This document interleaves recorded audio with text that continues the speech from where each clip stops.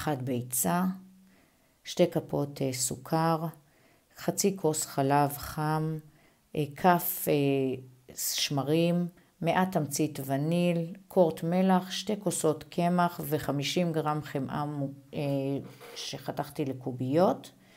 אני מערבבת לפי הסדר הזה, ביצה אחת עם 2 כפות של סוכר. אפשר לעשות את הכל במעבד מזון או מיקסר, אבל מי שאוהב את זה ידנית, יעשה גם כמו שאני עושה. גם אם אנחנו עושים במיקסר, אנחנו צריכים בעצם לעשות את זה לפי הסדר הזה. הוספתי את החלב וכף שמרים, אני אערבב היטב, שלא יהיו לי גושים. אני אוסיף תמצית וניל, כפית בערך.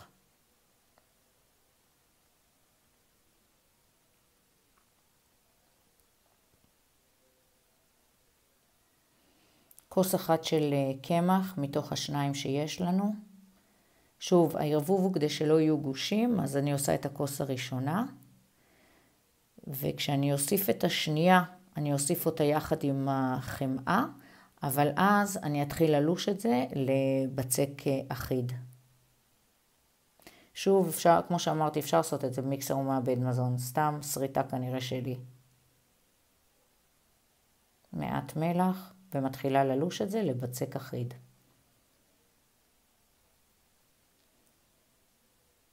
מורידה מהידיים עם מעט מאוד קמח, מה שלא צריך כמובן במיקסר, ויוצרת בעצם בצק, שמה אותו לתפיחה עם כמובן מכסה, ניילון נצמד או מגבת, אני מכניסה לתנור, אחרי 40 דקות, שעה, אני מוציאה את הבצק, ולשה אותו,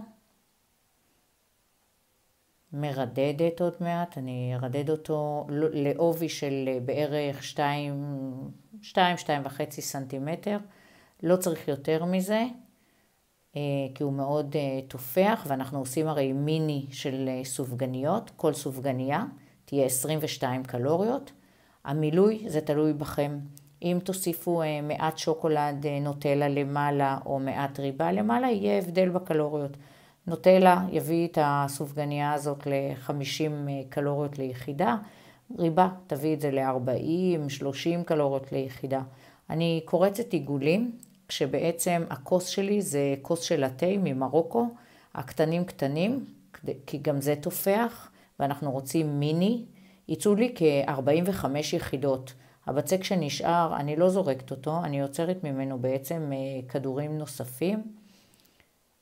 מכניסה את זה לתבנית, במקרה שלי בגלל שיש לי תבנית גדולה, יצא לי תבנית גדולה ותבנית אחת מרובעת רגילה. מי שיש לו תבניות יותר קטנות זה יצא כ3 תבניות. אני מכסה במגבת, נותנת לזה לתפוח עוד חצי שעה, 8 דקות בתנור, לא יותר מזה.